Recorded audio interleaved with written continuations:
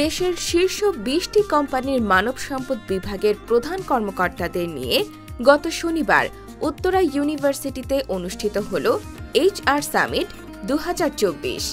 এই ইভেন্টে দেশের বিভিন্ন ব্যাংক, বীমা, গার্মেন্টস ইন্ডাস্ট্রি, ফার্মাসিউটিক্যাল, কর্পোরেট অফিসের শীর্ষস্থানীয় HR পেশাজীবী, বিশ্ববিদ্যালয় শিক্ষার্থী, ফ্যাকাল্টি ও বিশেষজ্ঞরা অংশ নেন।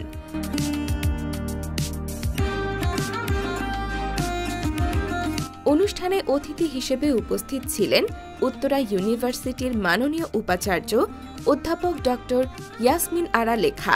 নিজেকে তৈরি করার থেকেও বেশি আমি ফোকাস দিয়েছি আমার শিক্ষার্থীকে তৈরি করবার জন্য। কাজ বলে দেবে, কাজ বুঝিয়ে দেবে চাকরিদাতাকে যে তোমাকে প্রমোশন দিতে হবে এবং তোমার স্যালারি বৃদ্ধি করতে হবে। সামিটটি উদ্বোধন করেন ইউনিভার্সিটির উপ-উপাচার্য অধ্যাপক ডক্টর গৌরগোবিন্দ গোস্বামী। সামিটের শুরুতে কি নোট স্পিকার হিসেবে বক্তব্য রাখেন ICDDRB'র head of HRM professor doctor Mosharraf Hossain.